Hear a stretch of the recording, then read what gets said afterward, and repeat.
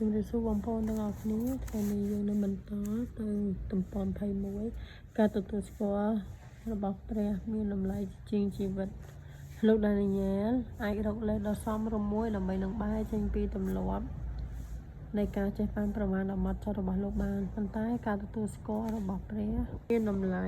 ចំពោះលោកជាងការគប់ប្រហារទៅនៅស្ដេចដ៏មានអំណាចបំផុតនៅលើផែនដីនេះ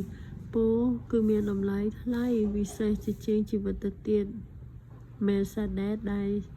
ជាអ្នកតម្រួតនឹងជាចៅហ្វាយលើពួកកំឡោះជនជាតិហេប្រឺមានការគប់ចិត្តនឹងដានីយ៉ែលដោយសារលោកមានអាកប្បកិរិយាគួរឲ្យគោរពនិងចេះគួរសមរួចលោកដានីយ៉ែលក៏បានស្នើសុំអ្នកតម្រួតនោះ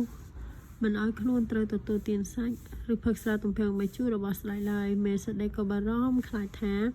បើសិនជាលោកធ្វើតាមការស្នើសុំមួយនេះលោកអាចនឹងនាំមកនៅសេចក្តីក្រោធរបស់ស្ដេចហើយនឹងធ្វើឲ្យមានគ្រោះថ្នាក់ដល់ទាំងជីវិតរបស់លោកដែរអ្នកតម្រួតនេះក៏មិនខុសពីមនុស្សជាច្រើនในពេលបច្ចុប្បន្ននេះដែរលោកបានគិតថារបបអាហារដែលប្រកបដោយការចេះបានប្រមាណនេះនឹងធ្វើឲ្យយុវជនទាំងនេះស្លេកស្លាំងមើលទៅដូចជាអ្នកឈឺរីងរៃនិងគ្មានកម្លាំងកំហែងប៉ុន្តែអាហារដ៏ប្រណិតពីតុរបស់ស្ដេចវិញនឹងធ្វើឲ្យពួកគេមានសុខភាពល្អស្រស់សង្ហាហើយនឹងលើកកម្ពស់សកម្មភាពរាងកាយនិងបញ្ញាស្មារតីដានីយ៉ែលបានស្នើសុំឲ្យអ្នកតម្រួតធ្វើការសម្រេចចិត្តយោងទៅតាមការសាកល្បងរយៈពេល10ថ្ងៃគឺអនុញ្ញាតឲ្យយុវជនសហហេប្រឺទទួលទានតែអាហារសាមញ្ញក្នុងអំឡុងពេលដ៏ខ្លីនេះខណៈដែលយុវជនផ្សេងទៀតទទួលទានពីប្រស្ងើចពិសេសរបស់ស្ដេចនៅទីបំផុតអ្នកតម្រួតក៏យល់ព្រមធ្វើតាមសំណើនេះហើយដានីយ៉ែលដឹងច្បាស់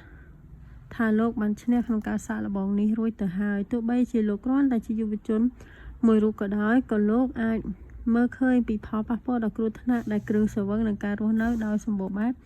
ជាឥទ្ធិពលទៅលើសុខភាពផ្លូវរាងកាយនិងផ្លូវចិត្តផងដែរចា៎អរគុណព្រះអង្គ